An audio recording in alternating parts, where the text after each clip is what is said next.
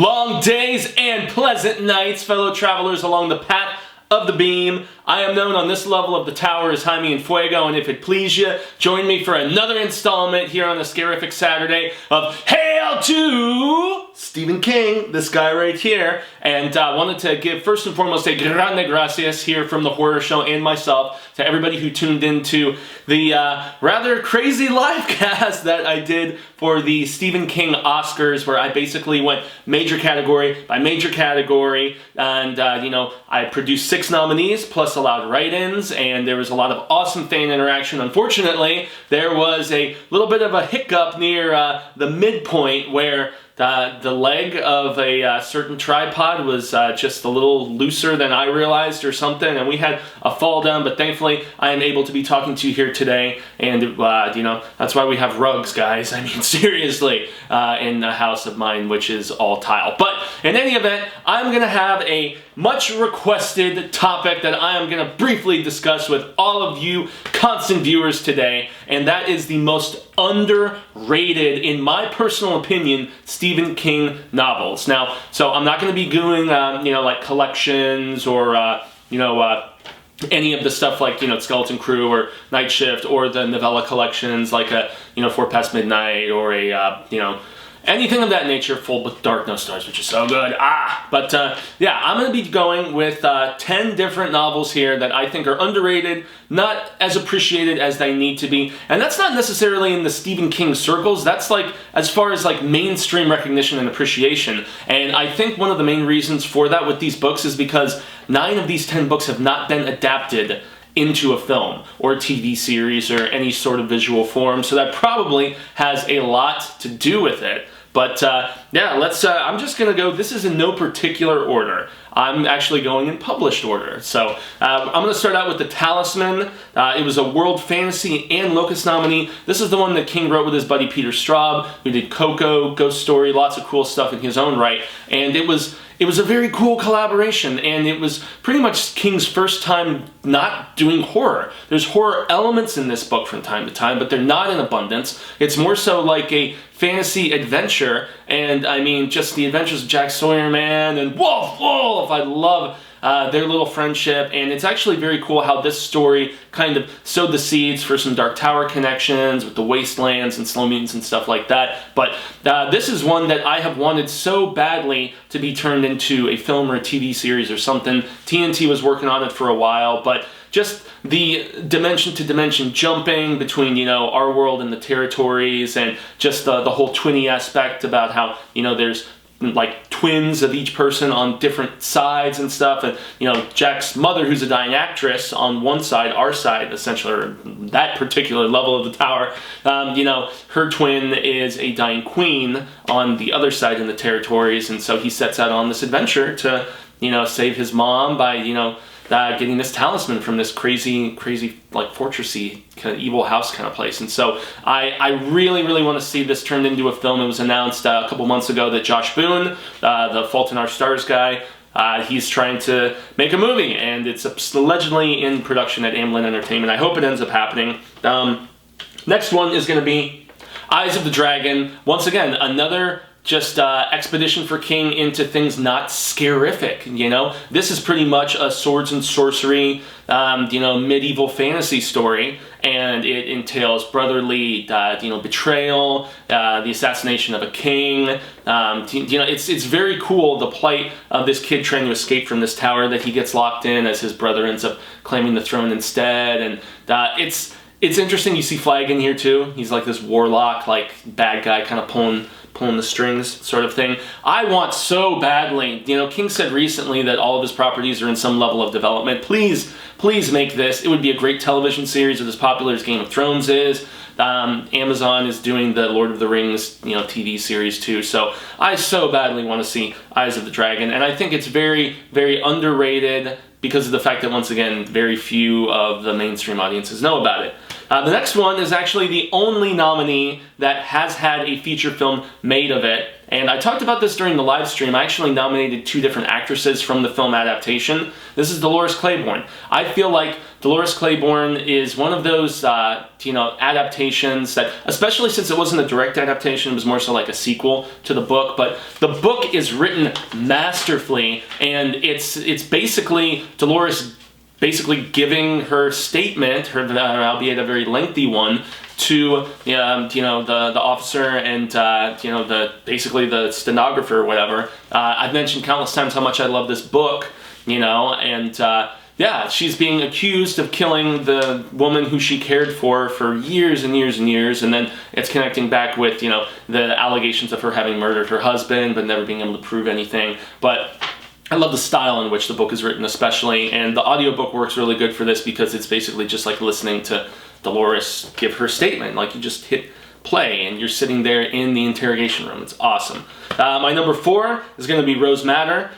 This, along with Dolores, were both Locust nominees, and neither of them won, unfortunately. But Rose Madder it's once again King dealing with different themes than normal, albeit this has a fantastical aspect to it and kind of a scarific aspect. We have some Dark Tower connections in this book too, which is kind of cool. But yeah, it's about this abused woman who leaves her deadbeat, policeman husband, and she goes on the run basically, and he's after her. She buys this painting that ends up being able to transfer her, like jump into the painting kind of thing. There's a very cool minor character, this punk rock chick, who shows up at the woman's shelter that she's at, and that girl becomes a major character in King's following book, Desperation. I want to see this adapted too, especially if King has all of this stuff in development. Please give us Rose Madder, man. I love Rose Madder. It's supremely underrated. Next up, this is a shout out to my buddy Rubber Soul. Rob, what's up, man? Gotta mention the Regulators, which is the sister book, or the twinny book, maybe you could say, of Desperation. And it's about this kid who, he basically links up with Tack, the bad guy, the big bad, in which is kind of like Dandelo sort of thing, or a Pennywise kind of guy. And he basically has this power to start transforming his suburb into, it's like a cross between the Regulators, which is this Wild West place, and then Moto Cops, which is like crazy cartoon that he's into. This is a very violent book, and a lot of characters that you see in Desperation, like they have their like 20 alternate dimension versions, and a lot of the ones that survive in Desperation get killed in this. So he released both of the books at the same time. This is technically a Bachman book, especially after he said he had killed that pseudonym. But yeah, the Regulators would make a dope movie or TV series. Shit, I want to watch the Moto Cops TV series or something. But yeah, so this kid has this power to start transforming, his neighborhood into, these, just a cross between the two. And the Moto Cops going around and rampaging, and or actually the villains, if I remember, in the Moto Cops are the ones who do it. But long story short, this is a crazy, bloody book with very interesting, just interdimensional. It explains a little bit to some degree for the super hardcore fans about just different levels of the tower and, just interlocking, alternate universes and things like that. It's a dope book. The next one is one that you guys have heard me mention because I have the pop-up book for it. The Girl Who Loved Tom Gordon. They have been trying to make this into a movie, I think, since pretty much it came out. It's a very short read. It's almost more like a novella than a full-on novel, but I guess it's got enough of a page count for that. But yeah, very simple premise. This girl, she's on a vacation with her family and she gets lost in the woods. Her favorite baseball player is Tom Gordon. She's got her little Walkman thing with her, and she's being pursued in the forest by some sort of crazed creature.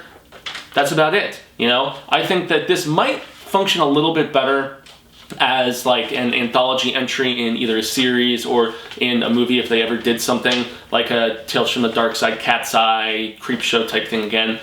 They could condense this, and then they could do it in like, 45, 50 minutes, something. But the girl is endearing, she's, cute and heartwarming, and you root for her throughout this. And so, yeah, I love The Girl Who Loved Tom Gordon. I love The Girl Who Loved Tom Gordon. There you go. Next one is one you've also heard me mention quite a bit. It was a Bram Stoker nominee, guys. And it's the better Crazy Car King book, in my opinion. We're talking From a Buick 8. I've got that beautiful deluxe edition down there that took me a while to track down from Cemetery Dance because it's long out of print, and I didn't even know about Cemetery Dance back when that first came out because we're talking way back. How far are we going back? Way, way back. And it goes a little something like this. From a Buick 8 is the Shiznit Bam, Snip, Snap, Schnit. It's told in a strange fashion of fragmented, like, jumping around. Essentially, the Low Men, who, if anyone is, along the path of the beam or has read those books or anything, the Low Men who first show up in Hearts in Atlantis, I should say. They're basically minions of the Crimson King, and they wear kind of disguises almost to like look like regular dudes and stuff. But yeah, basically imagine if a car that the Low Men were romping around in gets impounded by the police department. Yeah, and there's some Lovecraft like craziness, people getting like sucked into the trunk, and the car is essentially almost like a living entity in itself. And yeah, it's just it's fascinating just seeing as the years go by, and like I said, they jump around, like they go forward, they go backwards, and it's a narrative that I know some people had trouble with, like an old buddy of mine who's really into King as well. He said that he read it and he had trouble with it, but I love this book. I think it's fun, it's fascinating, and I think it's far more frightening than Christine 2, which is just kind of a silly premise, at least for me. Next up is one that was adapted and could have been so damn good. So now I actually have to take back saying that only one of these was adapted, because I just realized that there was a very forgettable film called Cell. But the novel is fantastic. It's dedicated to the now deceased George A. Romero, who you guys can see an interview that I got to do a few years ago with him before he passed away. But King dedicated this book to him, and it's essentially what if a crazy pulse of some sort went out to everybody who's on their cell phones, and they turn into almost like the Crazies, which is probably why there was the whole dedication to George Romero. Actually, as much as I love the Romero original, I really like that remake of the Crazies. That is a dope movie. Timothy Olyphant is great in it.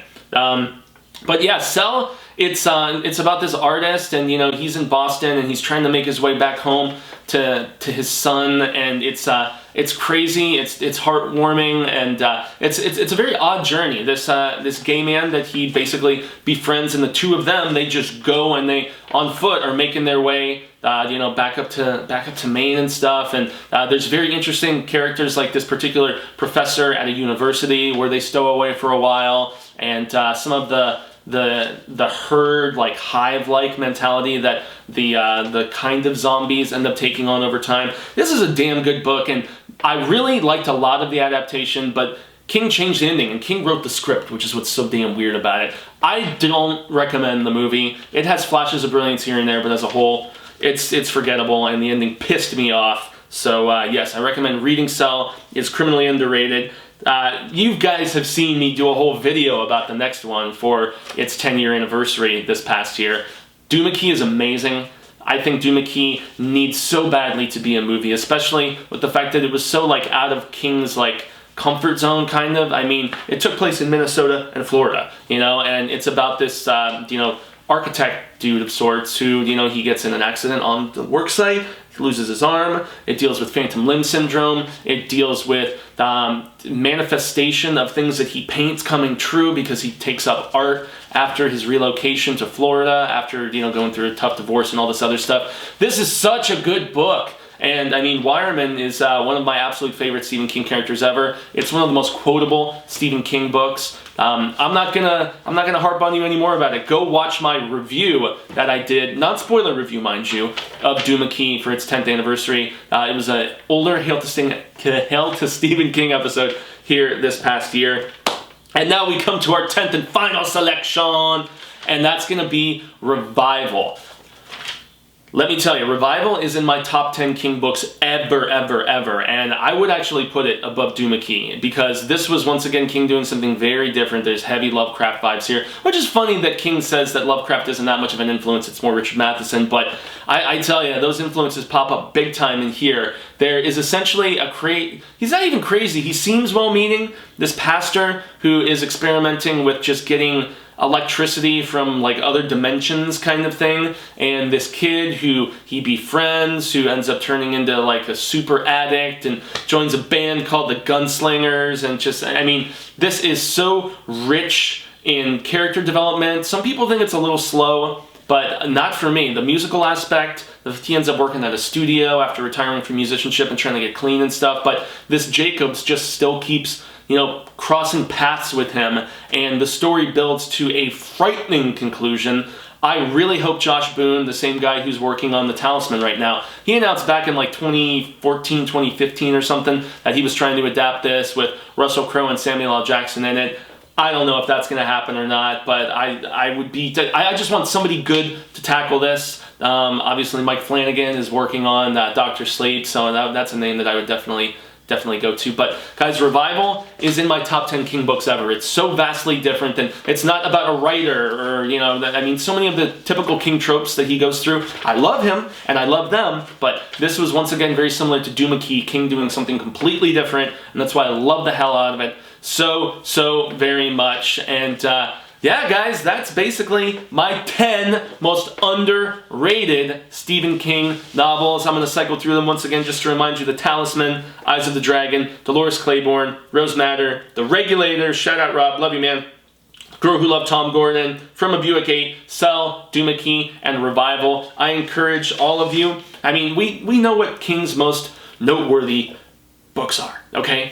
Everybody knows Pet Sematary and The Shining and It and Carrie, and even like Cujo and Firestarter, and I mean, so obviously, hardcore people know the Dark Tower series and whatnot, even though, God, that movie was so terrible. But I have hope because they're apparently moving forward with the television series, as I talked about on the Horror Show News with Booze. Amazon has apparently picked it up, and hopefully it'll turn into a Prime program at some point. But yeah, guys, that is my list, and I encourage all of you to seek out these more obscure King titles because they're terrific. Everything King does is terrific, except for maybe like a Dreamcatcher or, for me, Bag of Bones. And I know that's going to incur ire. If you want to see, I have a video, one of my early videos, about my least favorite King books and adaptations, and you'll hear me talk about both of those. But yes, please seek out these more obscure titles. They're awesome, awesome, awesome, and I truly believe that they are underappreciated. So I gotta extend once more a grande gracias to all you constant viewers for checking out this program. Like, comment, share. If you haven't subscribed here on The Horror Show, please do that. I do these episodes every Tuesday, usually. We shifted it this past week because I was at the premiere for Strangers Pray at Night. But yeah, every Tuesday and every Saturday, twice a week, every Terrifying Tuesday and every Spooktacular Saturday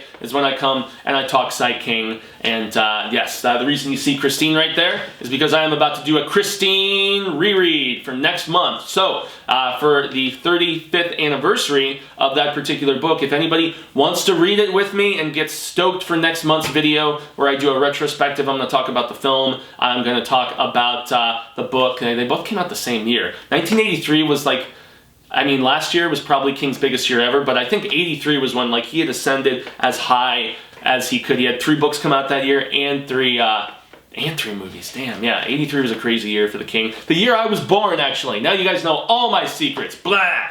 So, yes, I've been Jaime and Fuego. You can find me on all social media sectors, Twitter, Instagram, Facebook, YouTube. Is just at Jaime and Fuego, just like you see it spelled down there. No, it's not Jamie, it's Jaime, wait! Come on, seriously.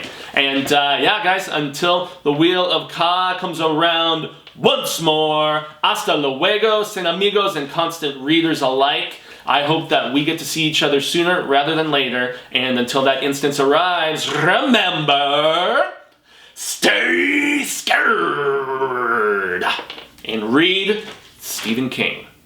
Especially these books that I mentioned. I mean, yeah, I gotta go Revival. It's a shiznit.